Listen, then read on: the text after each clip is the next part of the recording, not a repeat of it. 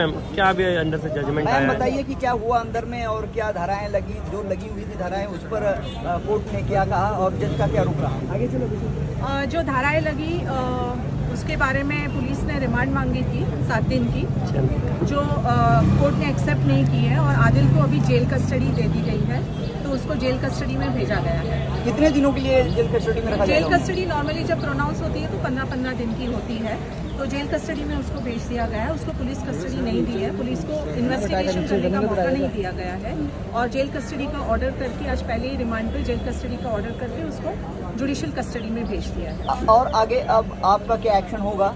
अभी एक्शन यही होगा कि आदिल जब बेल एप्लीकेशन सेशंस कोर्ट में फाइल करेंगे तो हम उसे अपोज करेंगे और उसके हिसाब से आगे की जो भी लीगल कार्रवाई होगी हम उसको फॉलो करेंगे और हम उसको अपोज करेंगे। राखी के पक्ष में आपने क्या क्या बातें रखी?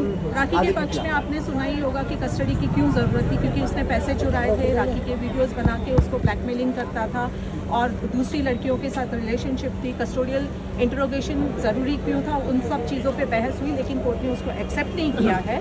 तो अब उसको हम जब वो बेल एप्लीकेशन करेगा तब हम उसके जवाब देंगे। आदिल के वकील की तरफ से ये भी कहा गया है कि राखी सावंत ने भी उस पर हाथ उठाया है, उस पर आप क्या कहना चाहेंगे? कितना वो तो कहेंगे ना अपने डिफेंस में, अब आरोप और प्रत्यारोप होगा तो वो अपने बचाव में तो कुछ ना कुछ बोलेंगे, लेकिन वो जो भी बोल रहे हैं वो सरासर झूठ बोल रहे हैं। और अगर राखी ने उन पे हाथ उठाया था या उनके ऊपर ऐसी कोई चीज़ की थी, राखी ने जब आदिल ने उनको मारा पीटा तब तक वो पुलिस स्टेशन गई और पुलिस कंप्लेंट दर्ज कराई थी, तो फिर आदिल ने क्यों पुलिस कंप्लेंट दर्ज नहीं कराई? अब तक वो क्यों चुप बैठे थे और वो क्यों पुलिस में नहीं गए और राखी के खिलाफ शिकायत क्यों नहीं की? उन्होंने तभी करनी चाहिए थी। आज जब आप अरेस्ट हुए और आप इस तरह के बयानबाजी कर रहे हो तो वो तो बात की बात है, लेकिन ऐसा कुछ भी नहीं हुआ है और हर चीज़ का हम जवाब सही वक्त आने पे विद एविडेंसेस देंगे। उनकी तरफ से ये भी कहा गया है कि आदिल रहना चाहते हैं राखी सावंत के साथ, मगर राखी सावंत नहीं रहना चाहती, इसलिए वो इतना सब नाटक कर रही है। आप सब ने देखा था कि वो मीडिया में आके बार बार स्टेटमेंट्स दे रही थी, वो पोस्ट कर रही थी कि वो आदिल को वापस बुलाने के लिए कितनी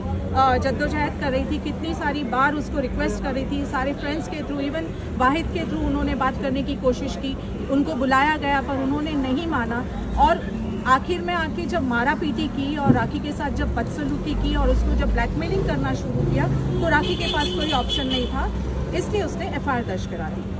तो आप कुछ बोलना चाहेंगे? नहीं, अब जो भी देखिए मैटर इज सब जुडिस, मैं ज़्यादा कुछ बोल नहीं पाऊंगा। जैसे वकील साहब ने कहा कि अब वो अपना पक्ष जो है, अपना जो बेल है वो कोर्ट के समक्ष रखेगा, उसका अपोज करना अब हमारा काम है। हम न्यायालय को कन्विंस करेंगे कि जो गलतियां उसने की है आदिल ने, उसको सज़ा मिलनी चाहिए। तो न्यायालय के सामने अब उसका बेल के अपोज के अलावा हमारे पास और कोई चारा नहीं। थैंक यू भाई।